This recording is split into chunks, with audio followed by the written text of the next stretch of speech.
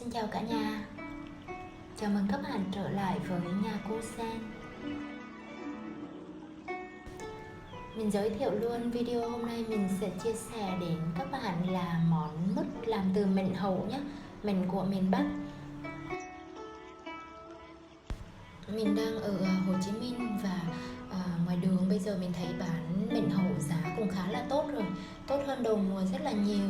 Thế nên là các bạn có thể tranh thủ để mình mua về và làm ngay vài ký mứt để sẵn trong nhà. Sau đấy chúng ta có thể dùng để làm siro để uống này, hoặc là chúng ta có thể làm nhân bánh, hoặc là phết với bánh mì để ăn sáng nhé. Trên video của mình là mình đang dùng mứt để quét với bánh mì sandwich. Và cái vị của mứt mà mình làm ra ấy, nó sẽ có cái vị thanh thanh, chua chua, ngọt ngọt, chứ không có ngọt gắt nhé. Và để mà làm sao ra được một món mứt bảo quản được lâu, không có bị chua, không có bị quá ngọt và không có bị mốc, thì các bạn theo dõi suốt cái video để xem chi tiết quá trình làm nhé.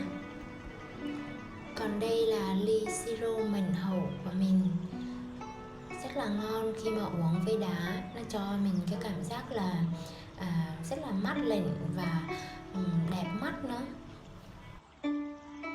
Để làm món mứt này thì chúng ta cần có 1 kg mệnh hậu, 450g đường phèn, và nếu không có đường phèn thì các bạn có thể thay thế bằng đường cát nhé, đường trắng.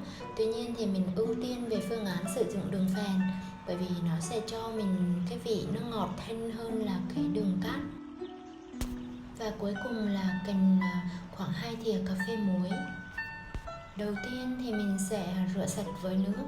Sau đấy thì mình sẽ cho vào đây 1 muỗng cà phê muối để tạo ra một cái hỗn hợp nước muối loãng, và chúng ta sẽ ngâm mình ở trong đấy khoảng 20 phút.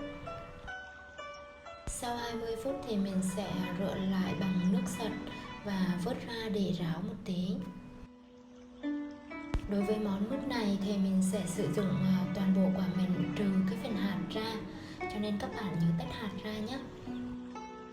Vì vậy là cái phần mà rửa sạch mệnh này cũng như là ngâm nước muối loãng nó sẽ rất là quan trọng. Vì thế là các bạn nhớ làm cẩn thận nhé. Đây là mệnh của mình sau khi tách hạt. Mình sẽ cho vào đây là 450g đường phèn. Nếu bạn nào ăn ngọt hơn thì cho nhiều đường hơn, hoặc là có thêm một tip nữa, đó là các bạn hãy chọn những quả mệnh chín đều hơn. Trộn thật đều và để yên như vậy trong vòng tối thiểu 2 giờ đồng hồ để cho phần đường nó thấm vào mệnh nhé. Đây là mệnh của mình sau 2 giờ. Và mình cho vào đây là 1 thìa cà phê muối. Rồi đun cái hỗn hợp này trên ngọn lửa vừa. Khi mà thấy sôi lần đầu tiên như thế này thì các bạn sẽ hạ mức lửa xuống nhỏ hơn 1 bậc nữa nhé. Rồi bắt đầu là chúng ta sẽ xên cái phần mệnh này. Đây là mệnh của mình sau khi mà xên trên lửa nhỏ khoảng 20 phút. Tiếp tục khuấy đều nhé. Mệnh của chúng ta bắt đầu chuyển thành màu đỏ đậm hơn. Đây là phần mệnh sau 40 phút và mình múc lên cho các bạn xem này. Đấy, nó đã bắt đầu là tan cái phần vỏ ra luôn, cho nên là cái nước mệnh bây giờ rất là đậm rồi. Đến độ 40 phút như thế này thì một số bạn có thể là nhấc xuống và kết thúc cái phần mứt mệnh này luôn. Các bạn dùng máy xay sinh tố để xay nhuyễn ra vẫn được nhé. Đây là phần mệnh của mình 60 phút. Khi mà các bạn trộn đều các bạn nhớ dầm cái mệnh ra thì nó sẽ ra được cái hỗn hợp nó mịn hơn. Có thể là không cần sử dụng máy xay sinh tố để xay nữa, bởi vì bây giờ là màu của mình rất là đậm rồi, cho nên là nhìn qua video các bạn không thể hình dung được nhiều. Mình sẽ múc nó ra cái chén màu trắng, các bạn nhìn này, rất là đẹp và bắt đầu sệt rồi. Sau đấy thì mình để nguội mình tầm vài tiếng. Khi mà mình hoàn toàn nguội thì mình sẽ mới đổ vào hũ. Các bạn nhìn hỗn hợp này, sệt. Khi mà đưa lên cao các bạn nhìn thấy nó màu đỏ trong veo luôn. Đấy, rất là đẹp nhá, và đặc lắm. Bây giờ mình sẽ bảo quản ở trong hũ thủy tinh.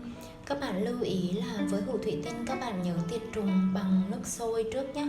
Bởi vì là chúng ta phải làm cái hũ này thật sạch, và như thế thì chúng ta mới bảo quản được lâu được.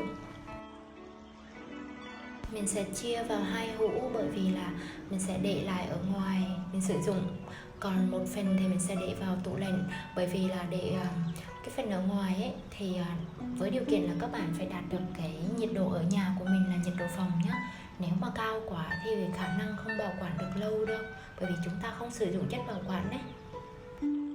Bạn nào mà xin mứt bằng bếp điện hoặc là bếp điện từ ấy, nếu mà bếp không quá xịn ấy thì các bạn có thể là 15-20 phút chúng ta nghỉ bếp một lần. Bởi vì nếu dùng 60 phút thì khả năng là bếp sẽ bị lỗi E5 nhé. Khi mà các bạn sử dụng mảnh này ấy, thì mỗi lần mình dùng bao nhiêu thì mình sử dụng một cái muỗng sạch và múc ra một lượng vừa phải thôi. Bởi vì nếu mà các bạn dùng trực tiếp vừa quét rồi vừa lấy, vừa quét vừa lấy như vậy thì vi khuẩn nó sẽ xâm nhập vào và mảnh của các bạn sẽ bị hư nhé. Cảm ơn các bạn đã theo dõi video làm mứt từ mình hậu của mình.